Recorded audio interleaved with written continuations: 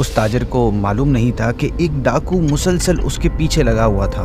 मेरे छोटे छोटे बच्चे हैं, मेरे ऊपर रहम खाओ, मुझे कत्ल ना करो। डाकू के सर पर उस वक्त खून सवार था। वो मुसलसल अपने दाएं बाएं देख रहा था कि कोई उसकी मदद करे कि अचानक उसको दरख्त पर 2 कबूतर नजर आए। उन 2 कबूतरों को मुखातिब किया, ए कबूतरों तुम गवाह रहना।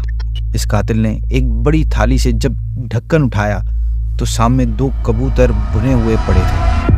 अस्सलामुअलैकुम वरहमतुल्लाहि वबरकातुहू। रमज़ान के बाबरकत महीने की इन बाबरकत लम्हात में हम हाजिर हैं एक मालूमाती और इंटरेस्टिंग सीरीज़ के साथ जिसका नाम है तारीखी फ़ैसले, हिस्टोरिक डिसीजंस। क्योंकि आज हमारी सीरीज़ का पहला एपिसोड है तो इस सीरीज़ में क्या होगा इस बारे में भी आपको बताते हैं। इस सीरीज़ की 30 एपिसोड्स होंगी जो कि 1 रमज़ान से 30 रमज़ान तक रोज़ाना कराची की अज़ान मगरिब के फ़ौरन बाद मदनी चैनल और दावत इस्लामी के यूट्यूब चैनल पर आप देख सकेंगे। इस सीरीज़ में हम मुख्तलिफ मौक़ों पर किए गए अहम, मुश्किल और कॉम्प्लिकेटेड फ़ैसले और उनके इम्पैक्ट्स के बारे में सुनेंगे।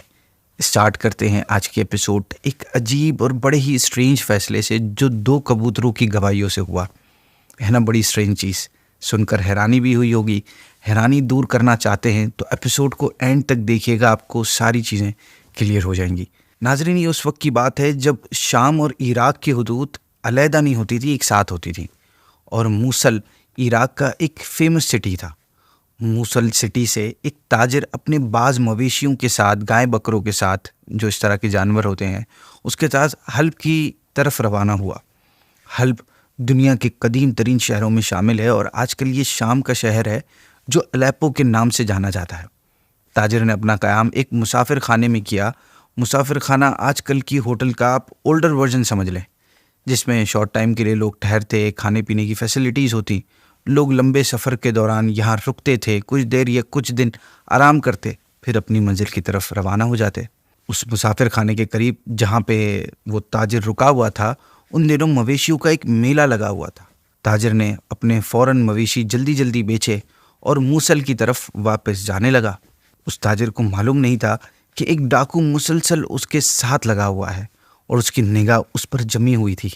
उस डाकू को मालूम था कि उस ताजिर के पास अच्छी खासी रकम मौजूद है।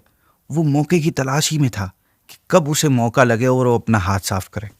और ये मौका आखिरकार उसे मिल ही गया जब रास्ते में ताजिर एक वीरान जगह पर एक दरख्त के नीचे कुछ आराम करने के लिए रुका।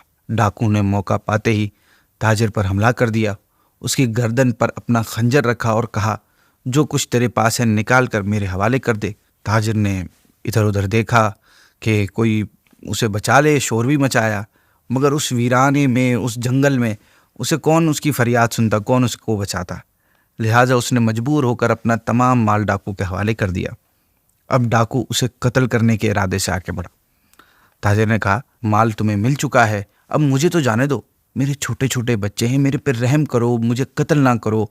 मगर डाकू के सर पर उस टाइम खून सवार था। उसने ताजिर की एक नहीं सुनी। वो मुसलसल ताजिर पर वार करता और ताजिर अपने आप को बचाने की कोशिश करता। ताजिर बिल्कुल निहत्था था, उसके पास अपनी हिफाजत का कोई सामान नहीं था। वो बार बार अपने लेफ़्ट राइट देख रहा था कि कोई उसकी मदद करे कि अचानक उसकी नज़र ऊपर दरख्त पर पड़ी।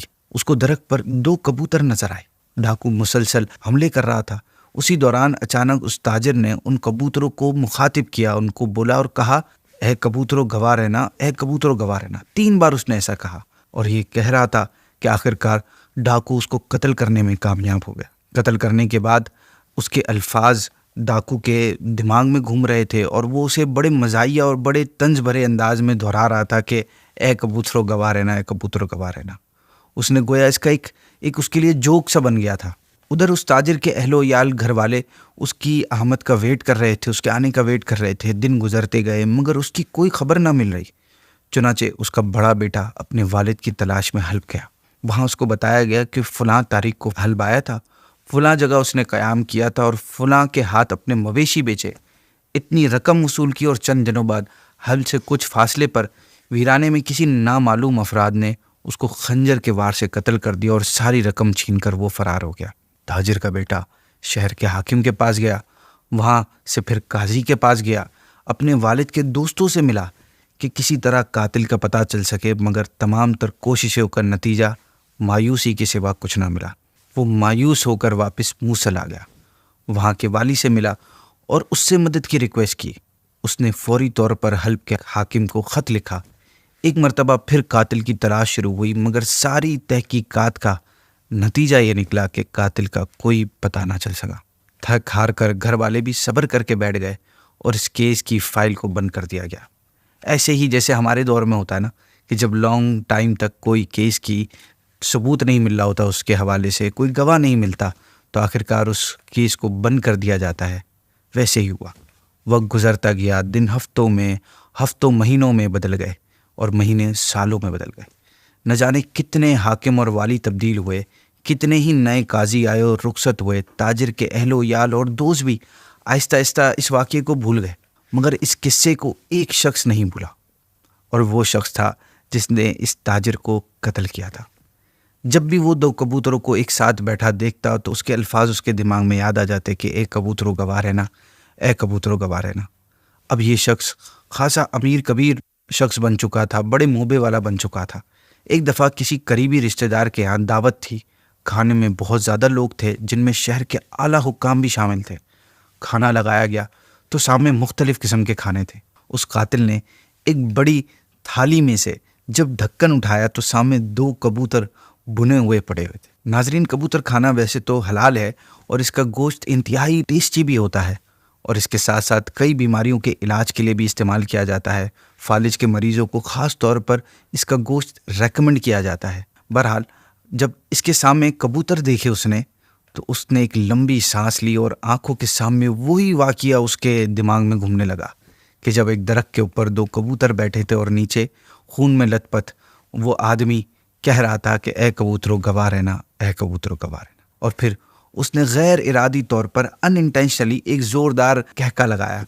लोगों ने उसकी वजह पूछी तो वो वाक़ये के उस पार्ट को जो उसमें उसके नज़दीक बड़ा मज़ाहिया था, उसमें उतना खोया कि वो ये भूल गया कि वो अभी किसी दावत में मौजूद है। हमारे साथ भी शायद कभी ऐसा होता है कि हम किसी वाक़ये में इतना ज़्यादा खो जाते हैं, समटाइम्स हम इतना ज़्यादा इमोशनली अटैच हो जाते हैं किसी चीज़ से कि जब उस बात का तज़किरा छिड़ता है तो हम भूल जाते हैं कि हम कौन हैं, किन के सामने बैठे हैं, और बस अपने जज्बात और ख़यालात का इजहार कर बैठते हैं।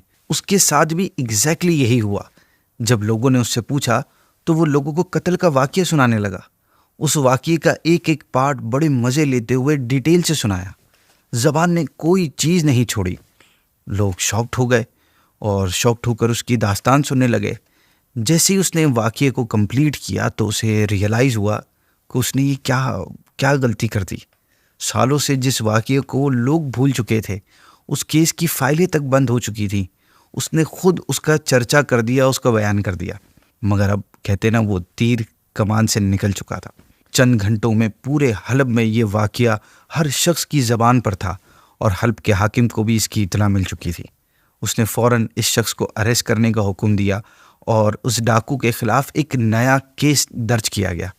इस दावत में मौजूद लोगों को गवाहियों के लिए तलब किया गया। सब ने अपने अपने बयान दिए। मुजरिम को बुलवाकर गवाहों के बयानात सामने रखे गए। हल्ब के हाकिम ने कहा कि हमने गवाही दी। हल्ब के काजी ने कहा हमने भी गवाही दी। पुलिस चीफ वहाँ था दावत में, उसने भी कहा हमने गवाही दी। वहाँ पर मौजूद तमाम लोगों ने कहा कि हमने गवाही दी, क्योंकि तमाम लोग उस वक्त दावत में शरीक थे। मुजरिम के पास एतराफ़ करने के सिवा कोई चारा ना था, क्योंकि जितनी डिटेल से उसने कत्ल का वाक़या सुनाया था, उतनी डिटेल उस कातिल के अलावा किसी और को पता हो ही नहीं सकती थी। लिहाजा लोगों की गवाहियों और उसके इकरार पर उस मुजरिम को फांसी की सज़ा सुना दी गई। अगले रोज़ सुबह सवेरे फांसी के मंजर को देखने बेशुमार लोग जमा थे। जब उसकी गर्दन में रस्सी डाली गई तो देखा गया उसकी ज़बान पर ये अल्फाज जारी थे, ए कबूतरों गवाह रहना, ए कबूतरों गवाह रहना। रस्सी खींच दी गई और लोगों ने एक मुजरिम को कैफरे किरदार तक पहुंचते हुए देखा। नाजरीन, इस मुकद्दमे में दुनिया की अदालत बिलाशुबा आजिज़ आ गई। वो कातिल का पता ना लगा सकी। कातिल एक लंबी मुद्दत तक आज़ाद फिरता रहा, मगर अल्लाह की अदालत, वो कहते हैं ना कि अल्लाह के यहाँ देर है अंधेर नहीं, उसकी अदालत कभी आजिज़ नहीं आ सकती। उसका राज आखिर ज़ाहिर हो ही गया और मुजरिम को बिल आखिर कानून की अदालत के सुपुर्द होना पड़ा। उसे कुछ देर तो मोहलत मिल गई, मगर आखिर कबूतरों ने गवाही दे दी और वो अपने अंजाम को पहुंचा और एक मजलूम की पुकार का जवाब उसे मिल ही गया। नाजरीन, इसी के साथ हम आज के एपिसोड को एंड करते हैं। इंशाल्लाह कल आपसे अगली एपिसोड में एक नए फैसले के साथ फिर मुलाकात होगी। हमें इजाज़त दीजिए। अस्सलामु अलैकुम वरहमतुल्लाहि वबरकातुहू।